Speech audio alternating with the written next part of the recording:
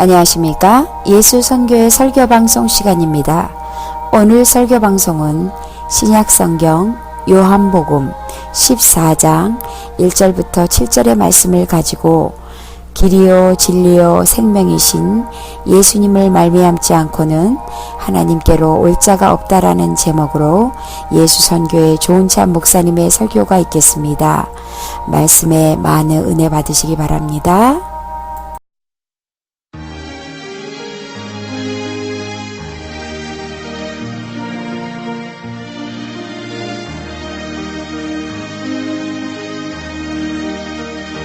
나 주님을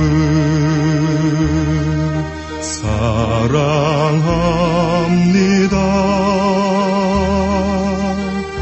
참 사랑해 주를 경배해 한 마음으로 찬양하오니 우리들의 기도 들으소서.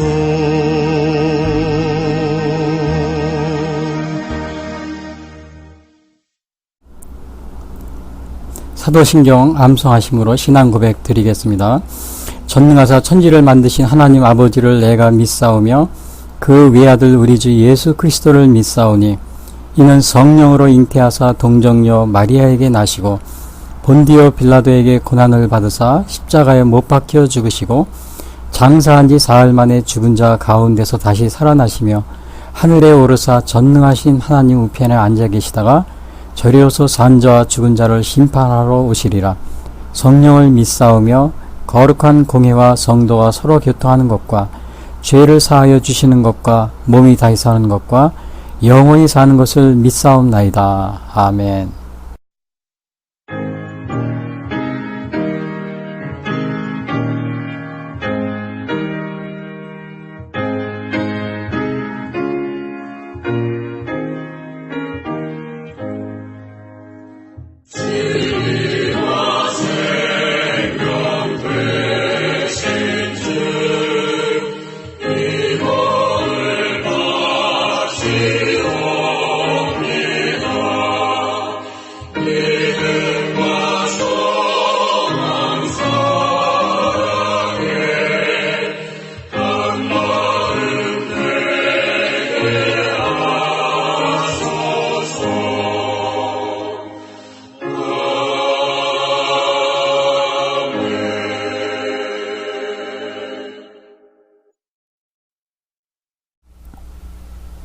오늘 봉독할 성경 말씀은 신약성경 요한복음 14장 1절부터 7절입니다. 너희는 마음에 근심하지 말라. 하나님을 믿으니 또 나를 믿으라. 내 아버지 집에 거할 곳이 많도다. 그렇지 않으면 너희에게 일렀으리라. 내가 너희를 위하여 거처를 예비하러 가노니 가서 너희를 위하여 거처를 예비하면 내가 다시 와서 너희를 내게로 영접하여 나 있는 곳에 너희도 있게 하리라. 내가 어디로 가는지 그 길을 너희가 아느니라. 도마가 이르되 주여 주께서 어디로 가시는지 우리가 알지 못하거늘 그 길을 어찌 알겠사옵나이까. 예수께서 이르시되 내가 곧 길이요 진리요 생명이니 나로 말미암지 않고는 아버지께로 올 자가 없느니라. 너희가 나를 알았더라면 내 아버지도 알았으리로다. 이제부터는 너희가 그를 알았고 또 보았느니라. 아멘.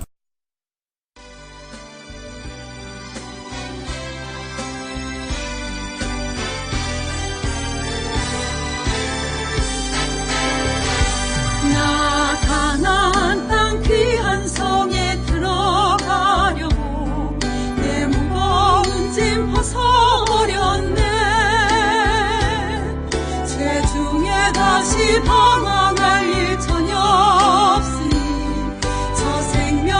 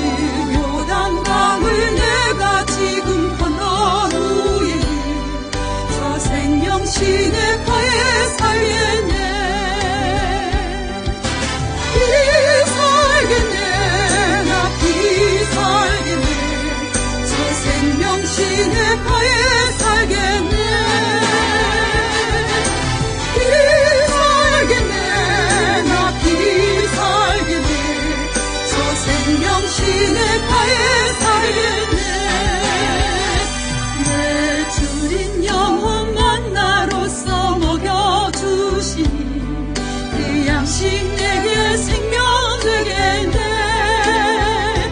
이후로 생명 양식 주와 함께 먹으며 저 생명신의 파에 살겠네. 이리 살겠네. 나 이리 살겠네. 저 생명신의 파에 살겠네. 이리 살겠네. 나 이리 살겠네. 저 생명신의 파에 살겠네.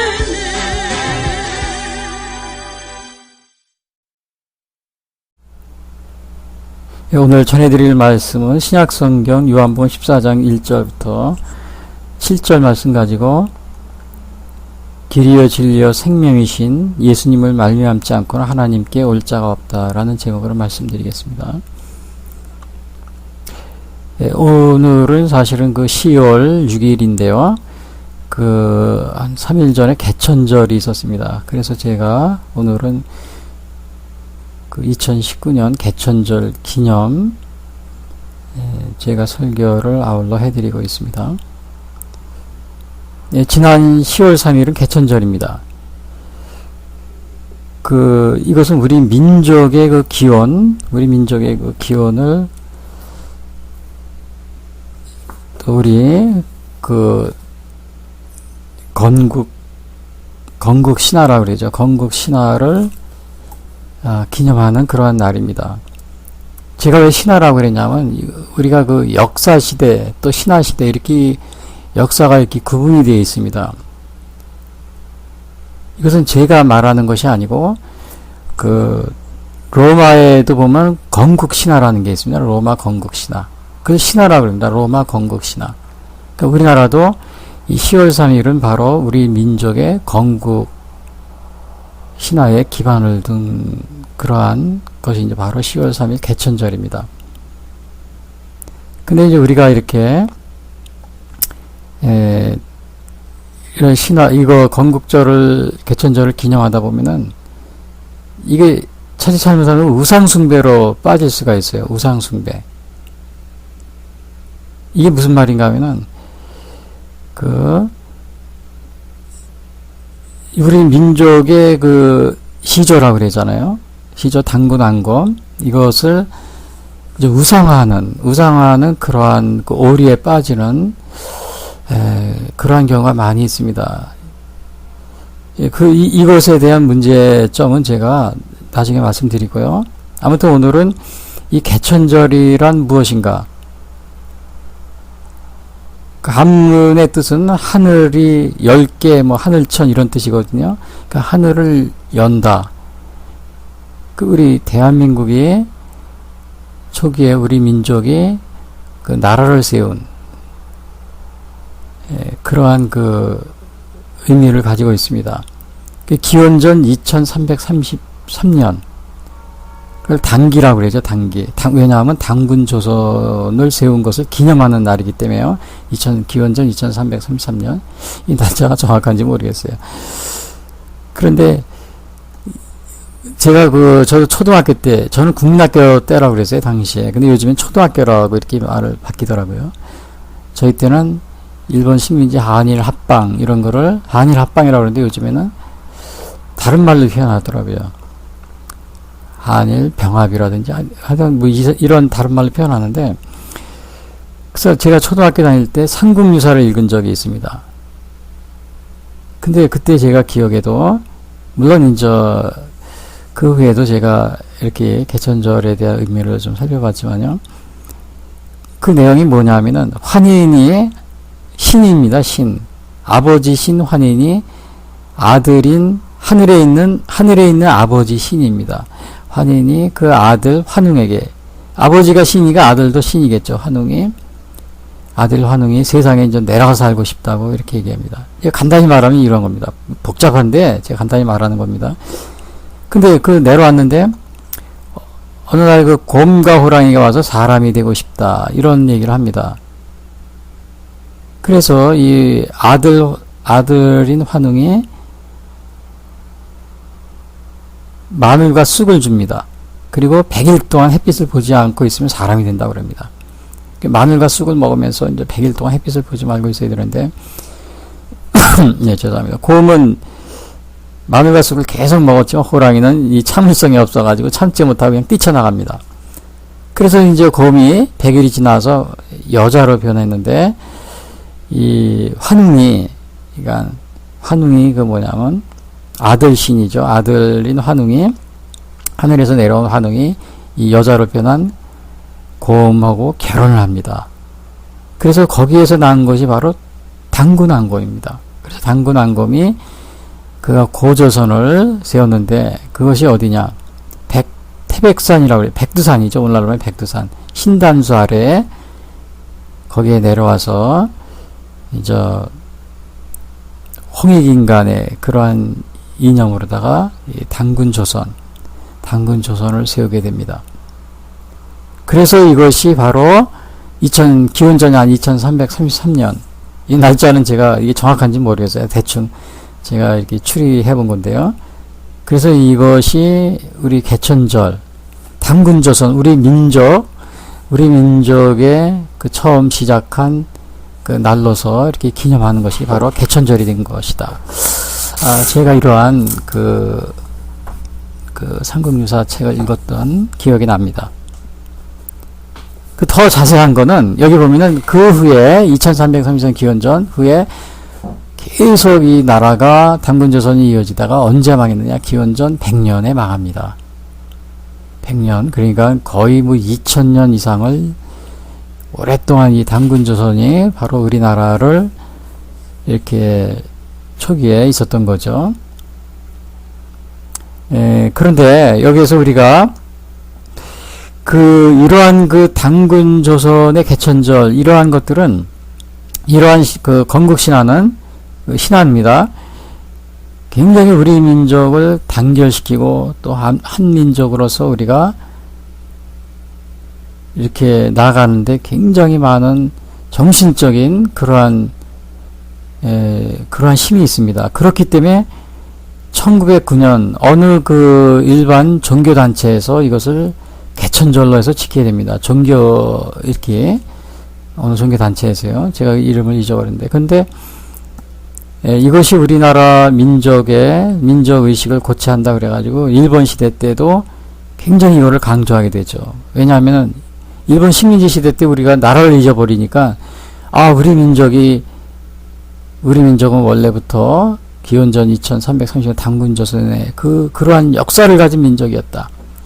이거를 우리 나라에 이른 우리 국민들에게 어떻게 해야 돼요? 강조를 해야 되잖아요. 그래서 독립운동을 하고, 그래서 실제로는 1909년 이게 개천을 지켰지만은 1919년 상해 임시정부 때도 이거를 국정일로 지킵니다.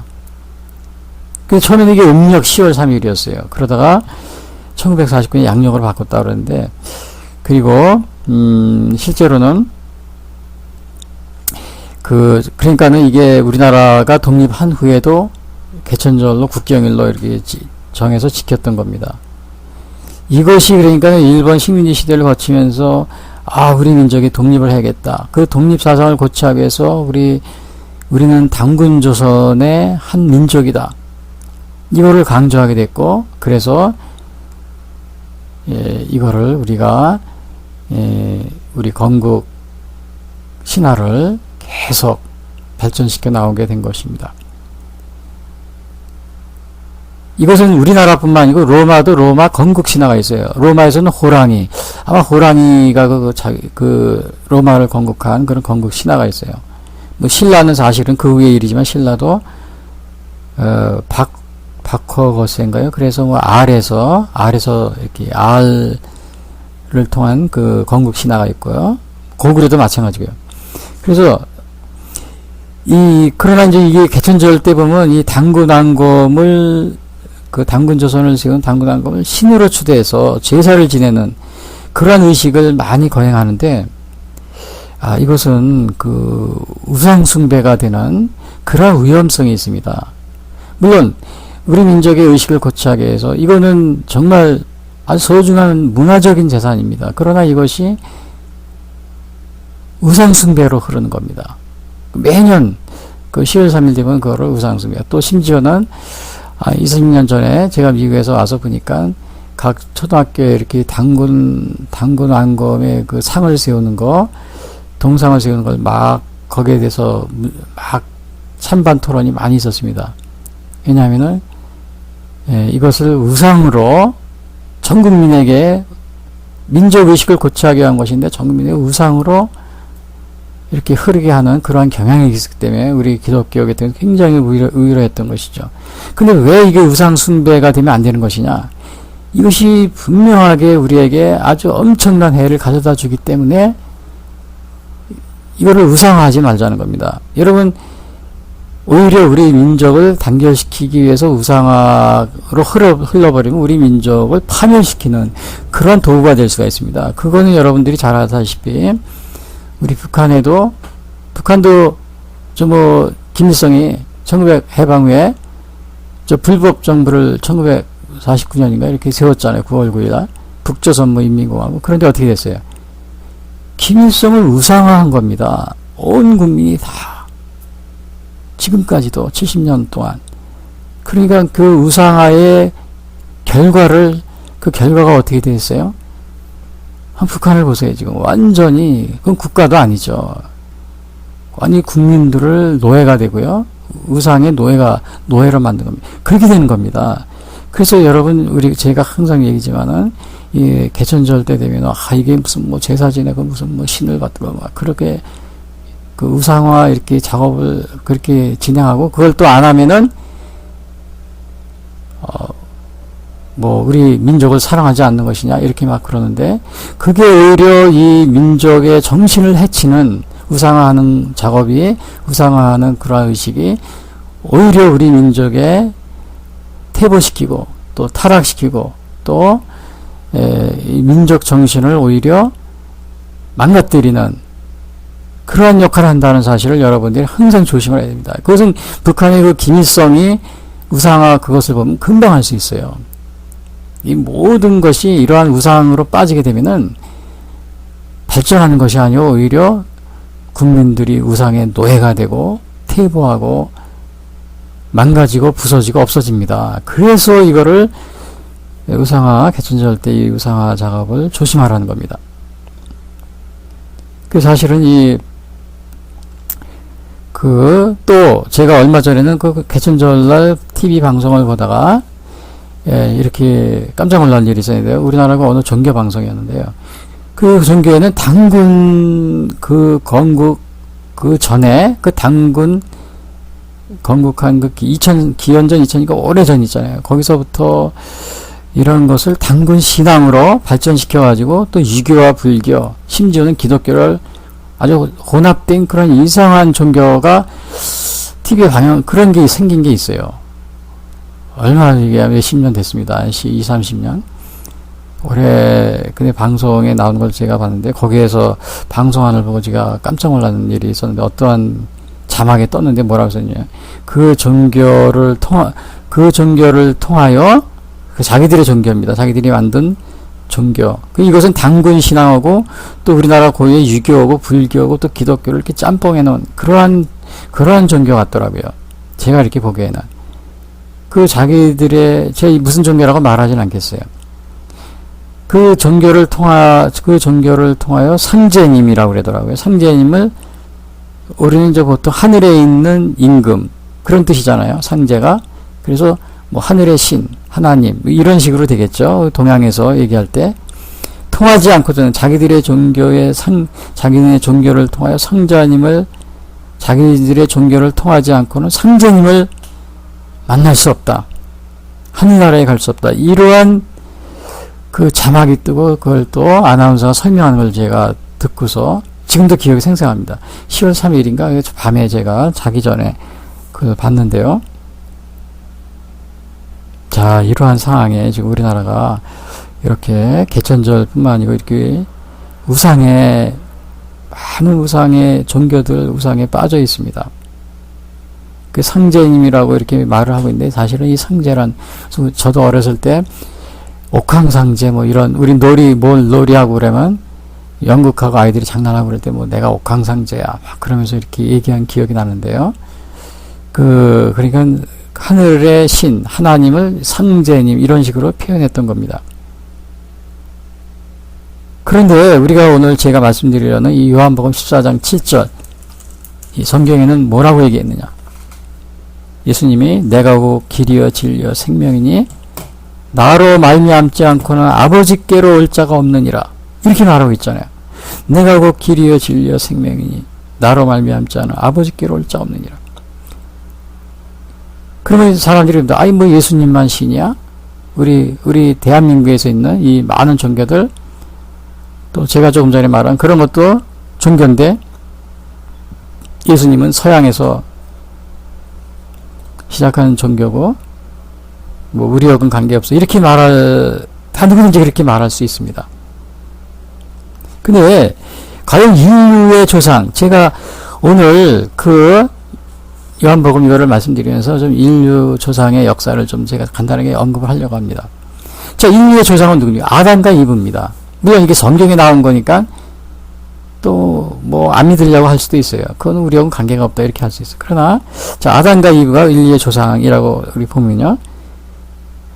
거기에서 우리 그 아담의 가인과 아벨이 있었잖아요. 그 아벨은 죽었어요. 가인이 죽여서. 그래서 낳은 것이 셋입니다. 이 셋을 통하여 인류의 역사가 예수님의 조상이 됩니다. 제가 그 예수님의 조상의 계보를 여기서 지금 말해볼 거예요. 인류의 역사에 예수님의 조상. 여러분들 다, 우리들 다 모두 다 족보가 있잖아요. 우리가 지금 족보를 따져서, 뭐 내가 김씨다. 그럼 김씨 족보책을 보면은, 누구 하면은 이게 아마 조선시대까지 금방 올라갑니다. 몇 대만 거치면은. 제가 오늘 셋에, 아담의 자손인 이 셋에부터 예수님까지 이어지는 족보를 간단하게 제가 불러보면서 설명을 해드릴게요. 셋 다음엔 에노스 다음엔 게난, 그 다음에 마랄렐, 아벳, 아렛, 에녹, 무드셀라, 라멕, 노아. 노아는 알죠, 여러분? 노아 때 다 전 인류가 홍수로 멸망했잖아요. 그 얘기는 또 어떻게 나중에 드릴게요. 그 다음에 노아의 아들 중에 함셋, 야벳 중에서 셈으로 갑니다. 셈, 아르박삭, 셀라, 아벨, 그 다음에 멜렉, 루스, 스룩, 나홈, 데라, 아브라함.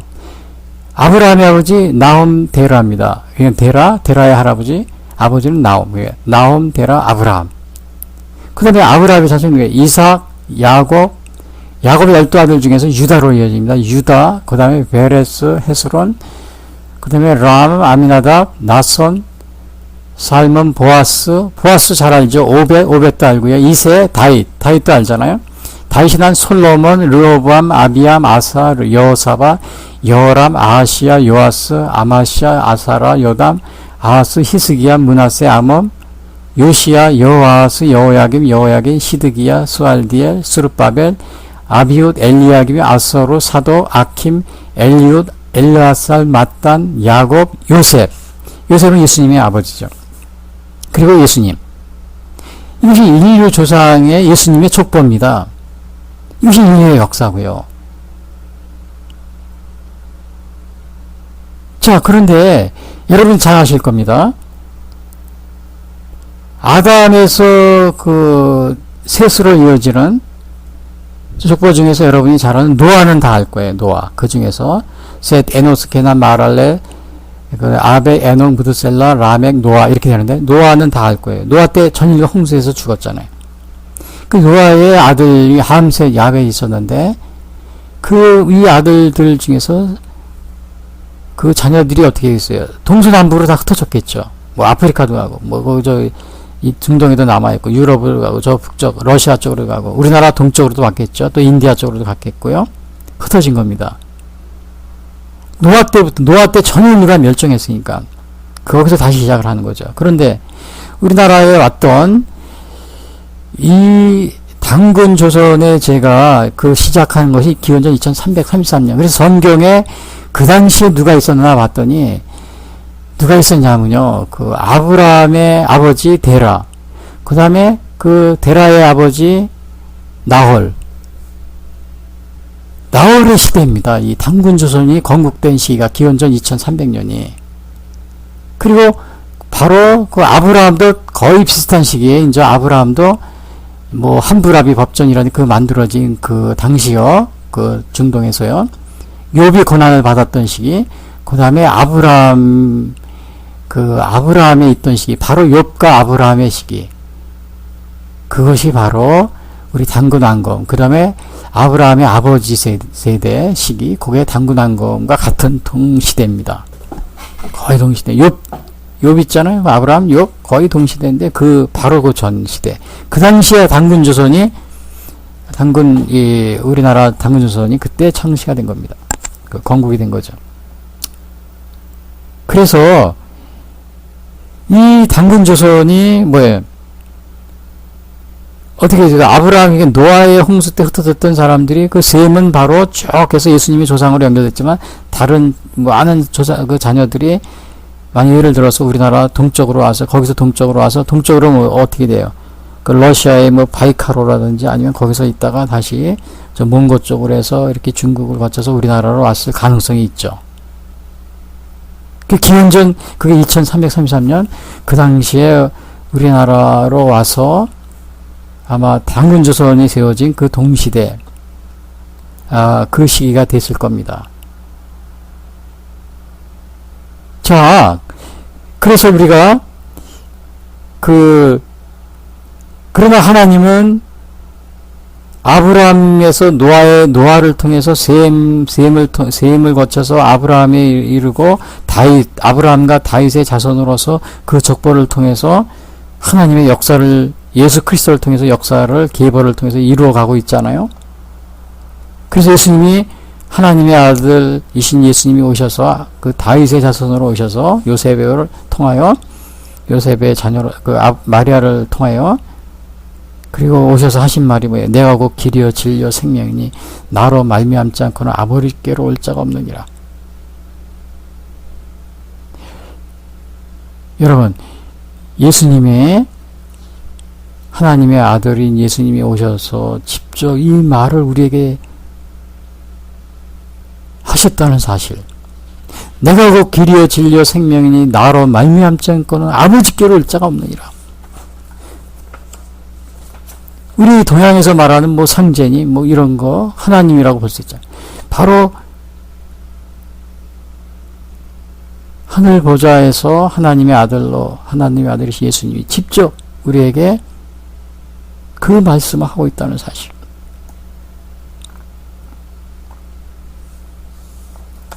그러면 이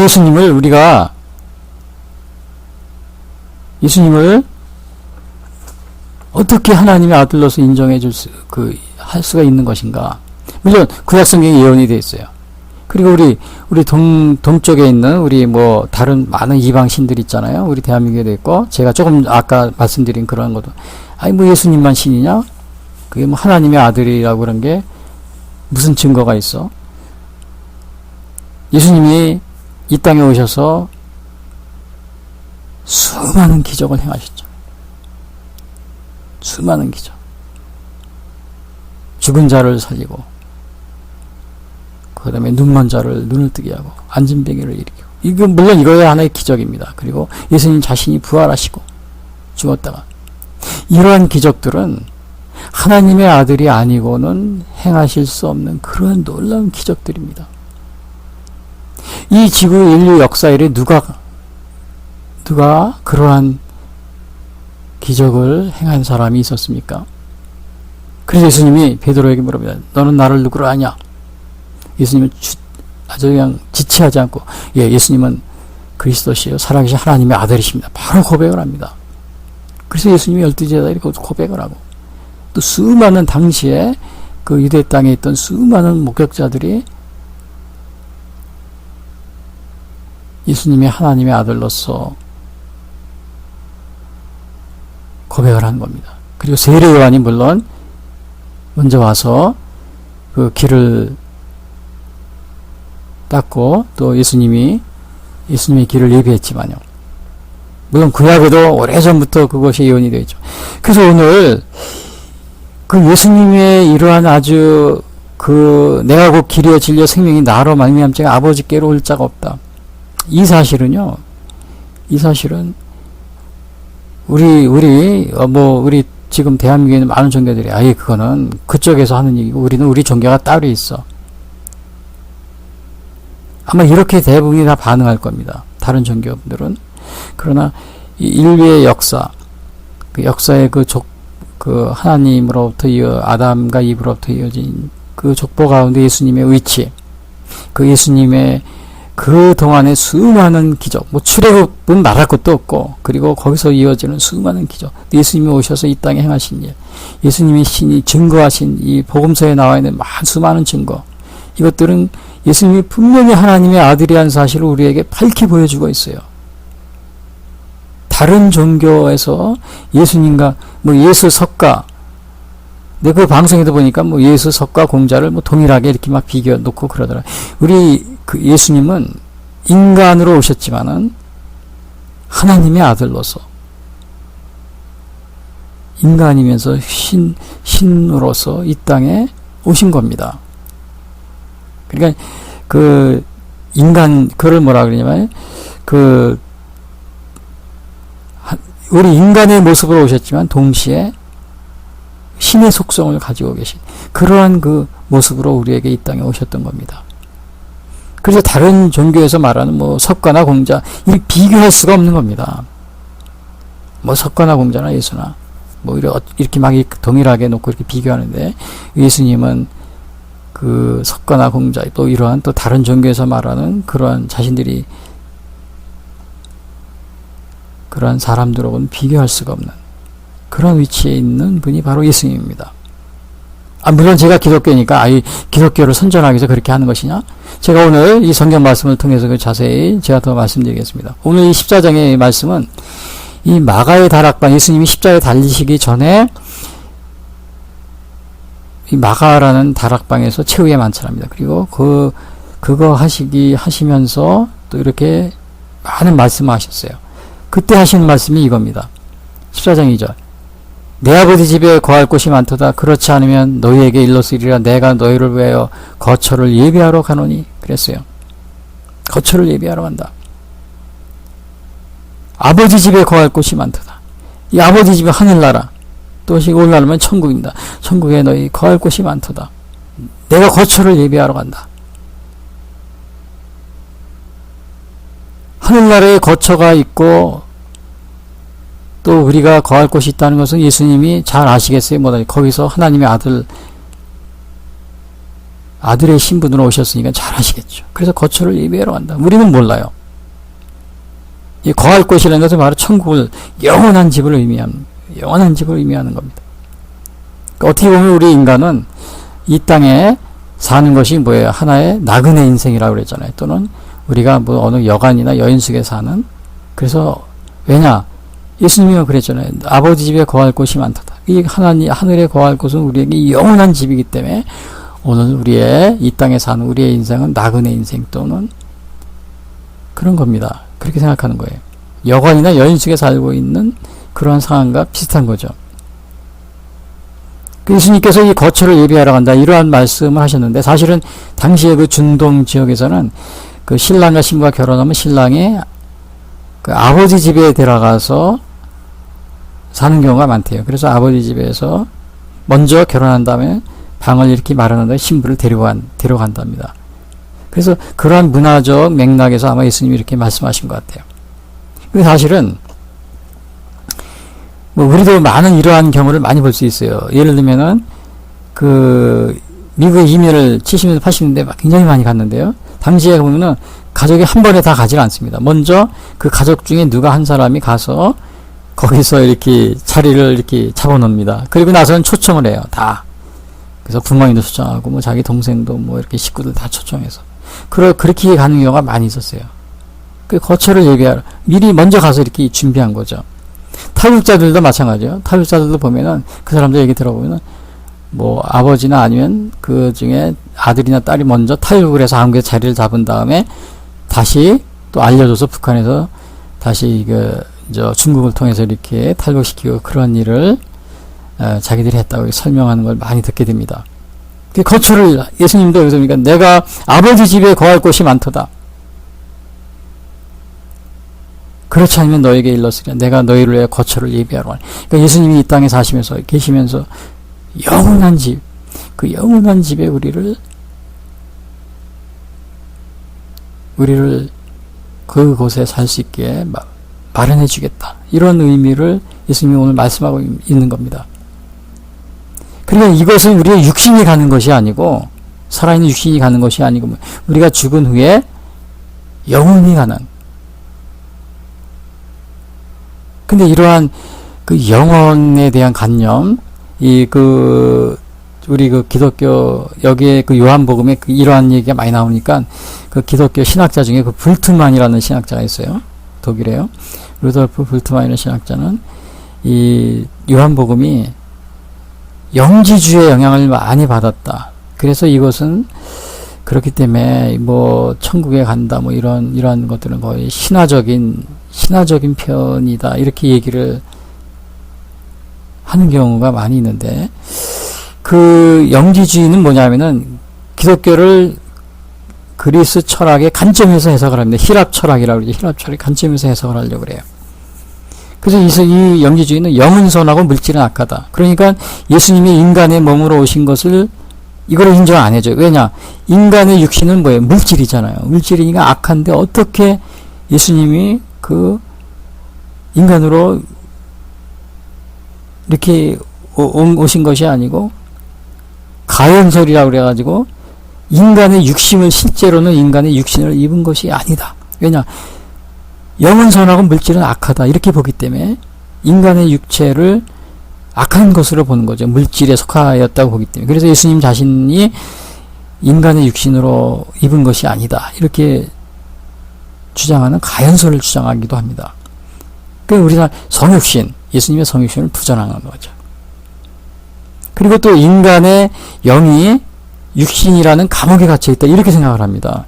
그래서 이 아주 엄격한 금욕주의, 이거를 강조하고 그러는데, 사실은 이 기독교의 금욕주의 굉장히 이렇게 그런 게 강하지 않습니까? 또 과거의 그 청교도들이지. 그래서 여기서 영지주의 영향을 받았다. 이러한 것을 많이 얘기하는데, 뭐 영혼이 죽은 영혼은 뭐 하늘로 올라가는, 이게 영지주의에서 다 힐랍 철학에서 주장하는 것들이에요. 그 영지주의가 이것을 주장하고요. 근데 영혼이 뭐 하늘로 죽은 다음에 올라가는, 이게 사실은 그리스나 힐랍 철학 영지주의에만 있었던 것은 아니라고 봅니다. 왜냐? 저도 어렸을 때 제가 제가 동네에서 보면 사람이 죽고 그러면, 제가 시골에 살았기 때문에 알 수 있는데요. 그 죽은 다음에는 꼭 뭘 하냐면 무속이나 아니면은 이렇게 와가지고는 막 구슬하고 그럽니다. 그러면 뭐 죽은 영혼을 위해서 막 구슬하고 막 그러면은 뭐 지금 뭐 가는데 노잣돈이 없다. 뭐 돈을 달라. 뭐 영혼이 무슨 뭐 어떻게 됐다. 막 이런 얘기를 많이 합니다. 그러니까 죽은 사람이 그 영혼이 어딘가 간다는 것은 이 영지주의뿐만 아니고 서양에, 이 동양에도 있었습니다. 동일하게 전 세계적으로 다 가지고 있었어요. 뭐 아프리카도 마찬가지고. 그 기독교 사상이 그래서 뭐 힐랍 철학에 영향을 받았다? 그럼 동양에서도 그런 사상인데, 뭐 동양에서 영향을 받았다고도 우리가 말할 수도 있잖아요. 그렇죠? 그러나 그러니까 이러한 사상은 영지주의, 요한복음이 그 당시에 그 저자들이 그것에 영향을 받았다 이렇게 보기보다는 보편적인 사상이었던 겁니다. 전 세계적으로 죽은 사람이 영혼이 있으면 영혼이 어딘가 간다는 것은. 그래서 이게 그 예수님의 이 거처를 예비하러 간다, 이런 것이 신화적인 것이 아니라는 겁니다. 이게 보편적인 그러한 사상이었기 때문에 영지주의 영향을 받아서 특별하게 그런 것이 아니고. 자, 그러면 우리가 이 죽은 다음에 이 영혼에 대한 이러한 사상, 누구나 다 이 사상을 가지고 있어요. 뭐 동양이든지 서양이든지, 뭐 영지주의뿐만 아니고 힐랍 철학 마찬가지고, 그 외에도. 근데 이러한 그 영혼에 대한 그런 사상은 우리가 보면은, 예를 들면 이런 게 있어요. 전에 제가 언젠가 뉴스를 보니까 프랑스에 살던 어떤 고아들이 입양이 된 겁니다. 자기들 어렸을 때. 그러니까 부모를 모르는 거예요. 근데 자기 부모가 한국에 있다는 걸 알고서 한국을 찾아왔어요. 부모를 찾는다고 막 그래서 광고도 하고 방송에도 하고 우리 부모님 제가 다 자랐는데 한국의 부모님이라 그러는데 그리고 막 광고하고 막 그래 부모를 찾아다닌다고. 이 고아들이 왜 부모를 찾아다닙니까? 그 입양할 때는 그 정보를 주지 않는다고 그래. 그래서 누군지 모르게. 그러나 다 자라니까 고아들이 자기 친부모를 찾으러 다니는 겁니다. 인간의 본능입니다. 자기를 낳아준 부모가 있을 것이다. 그래서 그걸 찾으러 한국까지 온 거예요. 프랑스에서. 그 어렸을 때 입양될 때 몰랐지만요. 이것이 인간의 본능입니다. 자기를 낳아준 부모를 가 있다는 사실을 인지하고 이걸 찾으러 다니고. 그 우리 인간도 마찬가지로 우리를 창조하신 하나님이 있는 겁니다. 근데 우리는 그걸 모르고 있는 거죠. 그러나 우리는 어떻게 본능적으로 우리를 창조하신 하나님이 있다는 사실을 우리가 본능적으로 인지하고 있는 겁니다. 마음속에 내재하고 있어요. 그래서 우리가 죽으면은 그 영혼이 본래 하나님한테 하늘로 간다. 막 이런 것이 동양이나 서양이나 뭐 영지주의, 혈압 철학이 다 그게 내재하고 있는 겁니다. 그런데 우리가 참 하나님, 진짜의 이 고아들이 자기를 낳아준 부모님이 한 분이잖아요. 그렇죠? 다른 많이 있는 게 아닙니다. 하나가 자기의 친부모가 진짜. 우리도 마찬가지고 우리를 창조하신 하나님이 있는데 우리는 그 창조하신 하나님 그것을 찾지 못하고 어떻게 다른 신을 섬기고 우상을 섬기고 막 그런 겁니다. 그것이 진짜인 줄 알고. 바울이 데살로니가전서 4장 10절에 이 얘기를 하고 있어요. 왜 우리가 그거를 알 수가 없게 됐느냐?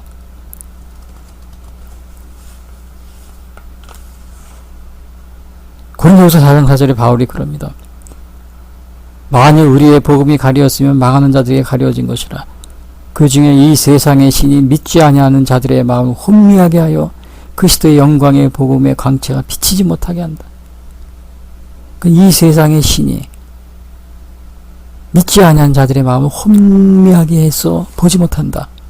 우리가 지금 그런 상황입니다. 우리나라에 수많은 종교가 있고 또 기독교 외에도 많은 종교, 전 세계적으로 마찬가지고 혼미하게 하는 겁니다. 믿지 않는 자들의 마음을 혼동시키기 때문에 찾지 못하고 있는 거예요. 그래서 이 3절에 그럽니다. 예수님이 3절에 가서 너희를 위하여 거처를 예비하면 내가 다시 와서 너희를 내게로 영접하여 나 있는 곳에 너희도 있게 하리라. 거처를 예비하는데 다시, 이건 물론 예수님의 재림을 암시하고 있지만요. 그리고 예수님이 그럽니다. 내가 어디로 가는지 그 길을 너희가 아느니라. 4절에 보면요. 근데 거기 앞에 있던 예수님 제자 중에 도마가 그럽니다. 도마가 이르되 주여 주께서 어디로 가시는지 우리가 알지 못하고는 그 길을 어찌 알겠사옵나이까. 그러니까 도마는 이 영적인 세계, 보이지 않는 세계, 이거를 이해하지 못하고 있었어요. 어디로 가는지 우리가, 주여 어디로 가시는지 우리가 알지 못하고는. 베드로도 똑같은 질문을 한 적이 있어요. 요한복음 14장 36절에 시몬 베드로가 이르되 주여 어디로 가시나이까. 예수께서 대답하시되 내가 가는 곳에 네가 지금은 따라올 수 없으나 후에는 따라오리라. 후에는 따라오리라. 예수님이 후에는 뭡니까? 이게 죽은 다음에 우리의 영혼이죠. 영혼이 하나님께 간다. 그런 말을 암시하고 있는 겁니다. 그러면서 예수님이 하신 말씀이 뭐냐? 6절. 오늘 가장 핵심이 되는 겁니다. 자신이 길이에 질려 생명이라고 이렇게 말씀하십니다. 그리고 예수님을 통하지 않고는 아버지께로 올 수가 없다. 6절에서 그 말을 할 수 있어요. 6절. 예수께서 이르시되 내가 곧 길이여 진리여 생명이니 나로 말미암지 않고는 아버지께로 올 자가 없느니라. 예수님이 자신이 길이라고 그러십니다. 내가 길이요. 왜 길이냐 이것이. 예수님이 십자가에 달려 죽으셨잖아요.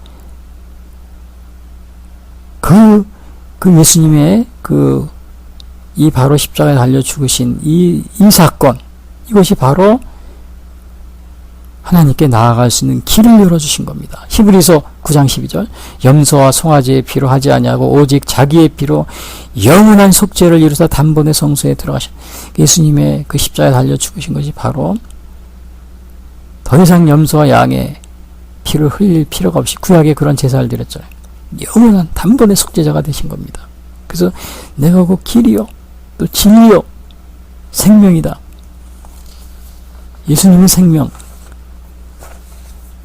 요한복음 5장 24절 내가 진실로 진실로 너에게 이르니 내 말을 듣고 또 나 보내신 이를 믿는 자는 영생을 얻었고 심판에 이르지 아니하느니 사망에서 생명으로 옮겼느니라. 사망에서 생명으로 옮겼다. 누가? 내 말을 듣고 또 나 보내신 이를 믿는 자는 영생을 얻었고 또 심판에도 이르지 않고 사망에서 생명을 얻어 옮겼느니라. 예수님이 생명이라는 겁니다. 당시에는 이 영주주의 사상을 해서 자기의 노력으로 내가 열심히 하면은 하늘에 갈 수 있다. 이런 사상이 굉장히 유행을 했어요. 그러나 예수님은 여기서 오셔서 뭐라 했어요? 내가 곧 길이여 진리여 생명이니 나로 말미암지 않고는 아버지께 올 자가 없느니라. 이걸 선포하고 있습니다. 내 말을 듣고 요한복음 5장에서 내 말을 듣고 또 나 보내신 이를 믿는 자는 영생을 얻었고 심판에 이르지 않으니 사망에서 생명으로 옮겼느니라.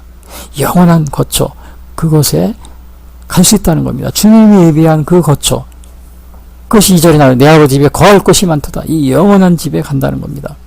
하나님 앞에. 이것은 다른 말로 얘기하면 다른 사람들은 이게 너무 배타적이다. 기독교는 그래서 너무 배타적이야. 어떻게 예수님을 말미암 자가 아버지께 올 자가 없다고 그렇게 말할 수 있어? 다른 종교인들이 그렇게 얘기하잖아요. 제가 다른 종교 믿는 분들에게 굉장히 죄송합니다. 저도 이 말 할 때마다. 그러나 성경이 오늘 이렇게 예수님이 직접 그렇게 말씀하고 있어요. 하나님의 아들이신 예수님이 직접 우리에게 아브라함과 다윗의 그 자손 예수 그리스도와 그러한 말을 하고 있는 겁니다. 예수님이 절대적인 구세주이다. 그리고 또 이것은 어디서 또 증명하느냐? 사도행전에서 4장 12절 다른 이로서는 구원을 받을 수 없나니 천하 사람 중에 구원을 받을 만한 다른 이름을 우리에게 주신 일이 없음이라.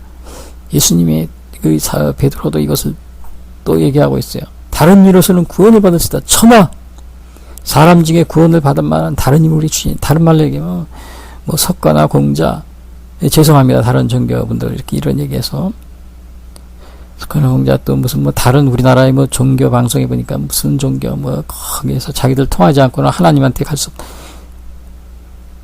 그게 아니고 뭐 이슬람 뭐 어쩌고 많이 있잖아요.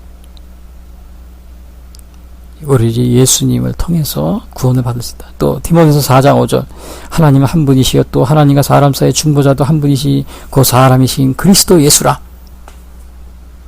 중보자도 한 분이다. 하나님과 사람 사이에. 디모데서 4장 5절 요한복음 3장 18절 그를 믿는 자는 심판을 받지 아니하는 것이요 믿지 아니하는 자는 하나님의 독생자의 이름을 믿지 아니하므로 벌써 심판을 받은 것이니라. 이것이 내가 곧 길이요 진리요 생명이니 나로 말미암지 않고는 아버지께로 올 자가 없느니라. 요한복음 14장 7, 6절 그런 말씀이 있으면 여기서 선포하고 있는 겁니다. 다른 종교 믿으시면 정말 죄송합니다. 그럼 제가 오늘 이 말씀을 드립니다. 그래서 예수님이 7절에 그럽니다. 너희가 나를 알았다면 내 아버지도 알았으리로다. 이제부터는 너희가 그를 알았고 또 보았느니라. 창조주 하나님을 우리 인간이 본능적으로 제가 말했죠. 고아가 자기의 그 프랑스에서 온 고아가 자기의 친부모를 한국까지 찾으러 다니듯이 우리에게는 우리를 창조하신 그 창조의 하나님 본래 우리의 우리를 창조하신 하나님이 있는데 다른 지금 신에 가서 막 경배하고 있는 거예요. 다른 신. 다른 곳에 가서. 그래서 예수님이 나를 알았더라면 7절 내 아버지도 알았으리라. 우리를 창조하신 하나님을 우리가 예수님을 모르면 알 수가 없다는 그러한 얘기죠. 다른 말로 하면. 여기까지가 오늘 제가 그 설교의 중요한 점입니다. 그러나 그 후에 보면은 이것은 이제 설교 제가 오늘 원래 할 그러한 것은 아니지만은 그 뒤에 보면 빌립이 또 이런 얘기 예수님의 제자 중에 빌립이 이런 얘기를 합니다. 8절에 보면 아버지를 우리에게 보여주옵소서 그리하면 족하겠나이다.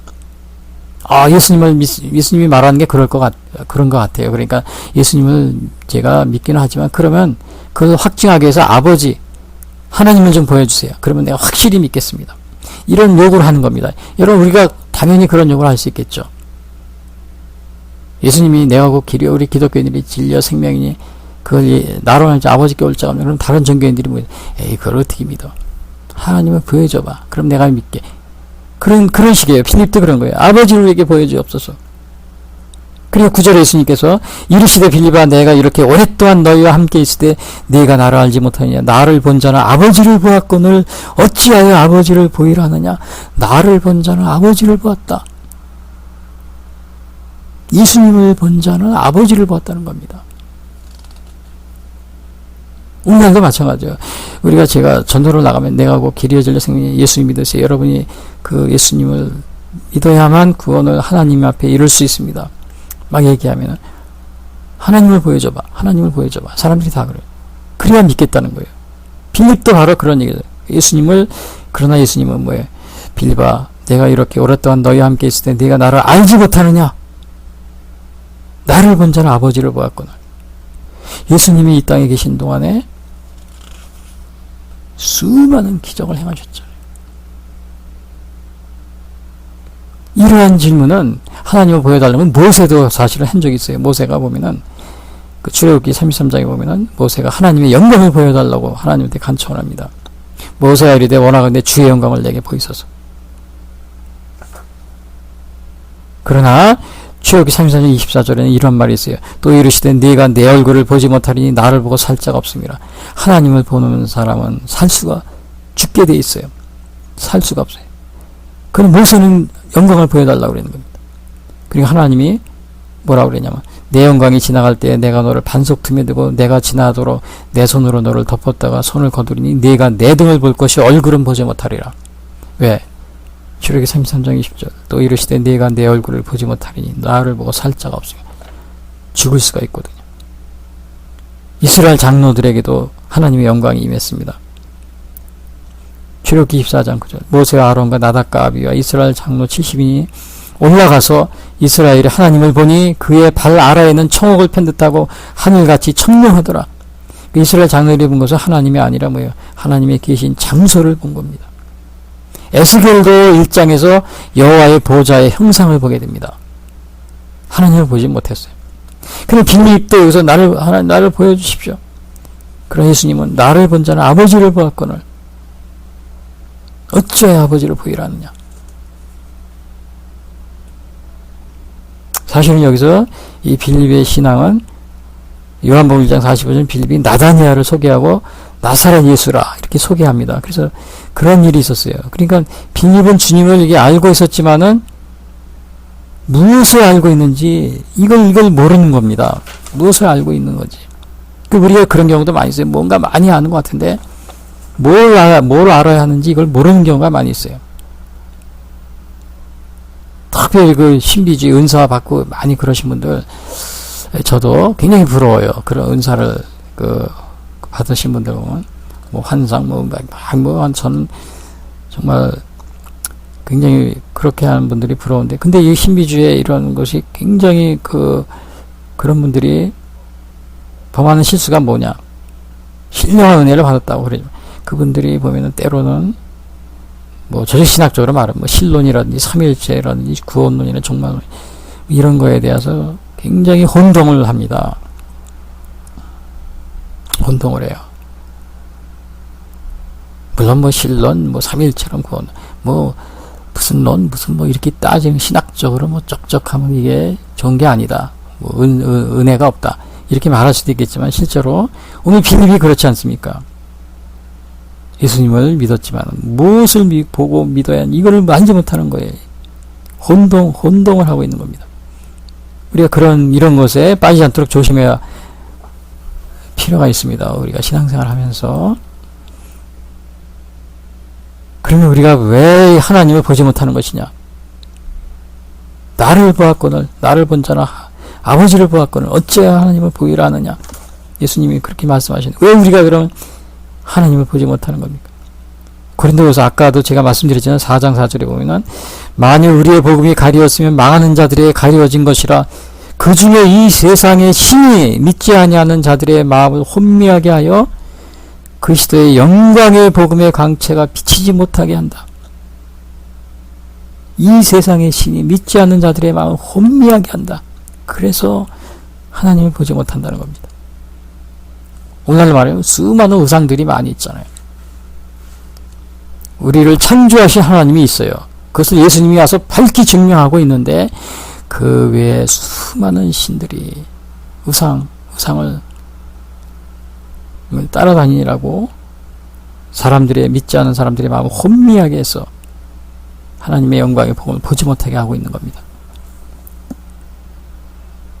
우리가 하나님의 창조를 보고 하나님의 존재를 믿듯이 예수님의 이 권능의 역사를 보고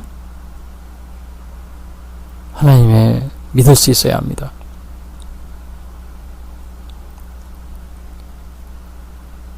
오늘 제가 내하고 길이어 진려 생명이니 나로 말미암 자가 아버지께로 올 자가 없느니라. 이 말씀 속에서 예수님만을 통해서 만일 하나님께 이룰 수 있다는 사실을 여러분들은 믿고 있습니까?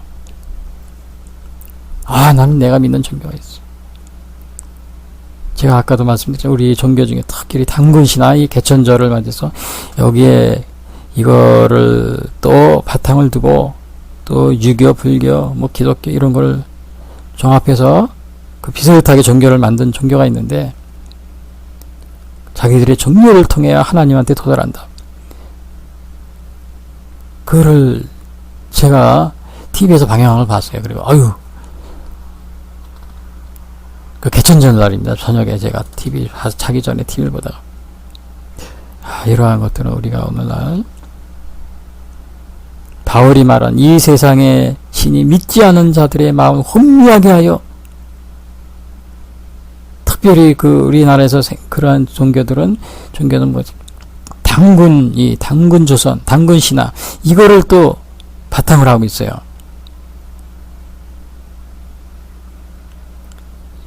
우리가 이 세상의 신이 믿지 않은 자들의 마음을 혼미하게 해요. 그리스도의 영광을 길이어 진려 생명이신 예수 그리스도를 보지 못하게 하는 그런 상황에 우리가 처해 있다는 사실을 인지하시고 이 세상에 믿지 않은 신 중에 또 그 중에 뭐도 있어요. 대한민국 같은 공산주의, 저 북한의 김일성교, 그것도 이 세상의 신 중에 신이라고 그러잖아요. 북한 세계 10대 종교로 분류가 되어 있어요. 김일성교. 그런데 이 김일성을 정말 이게 보면 어떻게 폐륜하죠. 히틀러보다도 더 사악한 이 김일성을 신봉하면서 민주화 운동을 하고 그 정치인들이 지금 청와대 무슨 국회 무슨 사상 주체사상 그러면서 정말 이게 창피한 걸 알아야 됩니다. 알아야 돼요. 어떻게 할 일이 없어서 김일성을 교를 따라다니면서 추정하면서 민주화 운동을 하고 정치를 합니까? 촛불을 들고요. 그래도 촛불 들고 무슨 그런 사람들 중에는 거의 내가 볼 때는 반 이상이 김일성교를 추종하는 사람들일 겁니다. 그거 뻔합니다. 보지 않아도. 대한민국을 전복하려고 하는. 어제도 저기 서울 거기서 그냥 난리치고 그랬는데 촛불 들고. 이분들을 나무라는 것은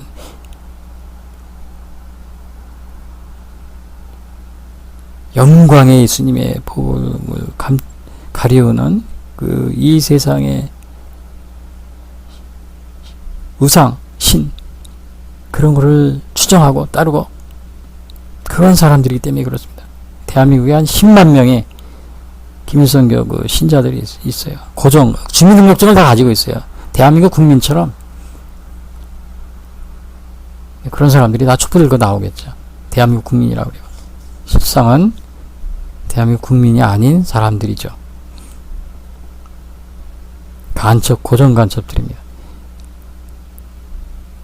그 중에는 아닌 사람도 있어요. 다 그렇다는 건 아니고. 너무 오해하지 마세요. 제가 너무 우리 어제도 어제 그제 또 이 강화문 또 저 서울 뭐 촛불시 이런 거 보고 제가 너무 마음이 아픕니다. 강화문에서는 또 대한민국을 뭐 사수하자 이러한 집회가 있었고요. 결론적으로 말씀은 예수님만이 길이요 진리요 생명임을 우리가 명심하고 하나님께 이룰 수 있는 길은 이 예수님, 우리를 창조하신 그 하나님의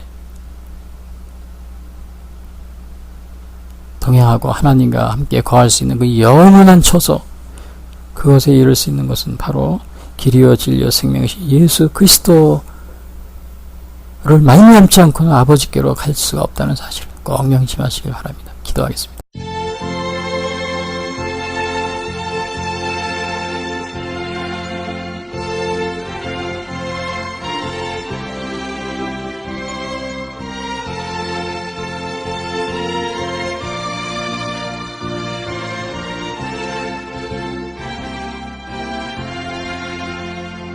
주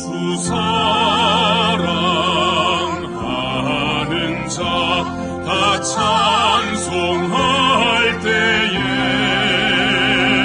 그 보좌 앞에 둘러서 그 보좌 앞에 둘러서 그 영광 돌리세 그 영광 돌리세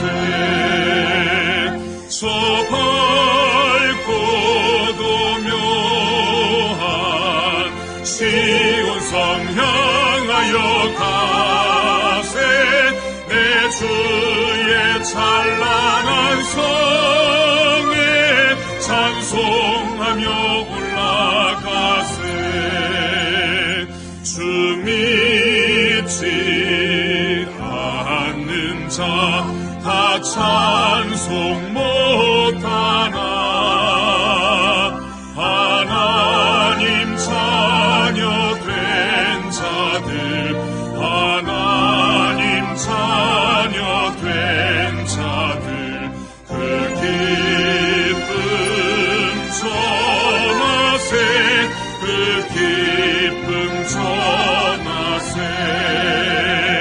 저 밝고도 묘한 시온성 향하여 가세 내 주의 찬란한 성에 찬송하며 올라가세 저 하늘 황금길 나 올라갈 때에 시온성 언덕 위에서 시온성 언덕 위에서 수많은 천사들 날 인도하리라 저 밝고도 묘한 시온성 향하여 가세 내 주의 찬란한 성에 찬송하며 올라가세 내 눈물 다 씻고 늘 찬송 부르리 저 임마누엘 주 앞에 저 임마누엘 주 앞에 나 영광 누리리 나 영광 누리리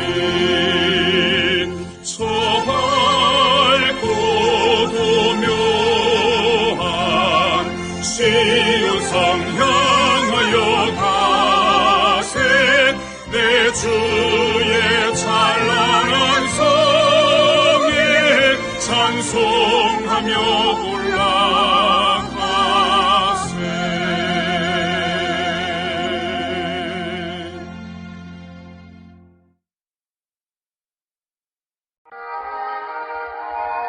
지금까지 예수 선교의 설교 방송을 시청해 주신 분들께 감사를 드립니다. 요한복음 3장 16절은 하나님이 세상을 이처럼 사랑하사 독생자를 주셨으니 이는 저를 믿는 자마다 멸망치 않고 영생을 얻게 하려 하심이라 라고 말하고 있습니다. 또한 성경은 예수 그리스도를 영접하는 모든 사람들에게 영원한 생명을 약속하고 있습니다. 요한일서 5장 11절에서 13절은 또 증거는 이것이니 하나님이 우리에게 영생을 주신 것과 이 생명이 그의 아들 안에 있는 그것이니라. 아들이 있는 자에게는 생명이 있고 하나님의 아들이 없는 자에게는 생명이 없느니라. 내가 하나님의 아들의 이름을 믿는 너희에게 이것을 쓰는 것은 너희로 하여금 너희에게 영생이 있음을 알게 하려 함이라 라고 말하고 있습니다. 아직 예수님을 영접하시지 못하신 분들은 이 시간 주님을 영접하시기를 바랍니다.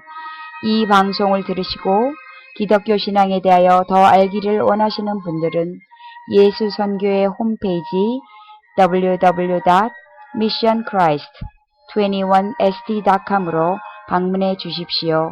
다음 방송 시간까지 안녕히 계십시오. 하늘에 계신 아버지 이름 거룩하사 주님 나라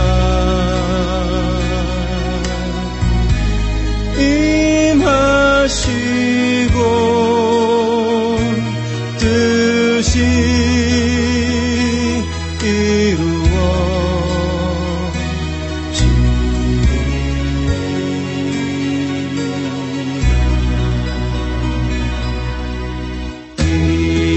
일용할 양식 주시고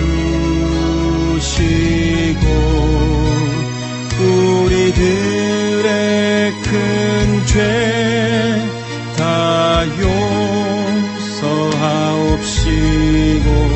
또 시험에 들게 마시고 악에서 구원하소서. 대개 주의 나라 주의 권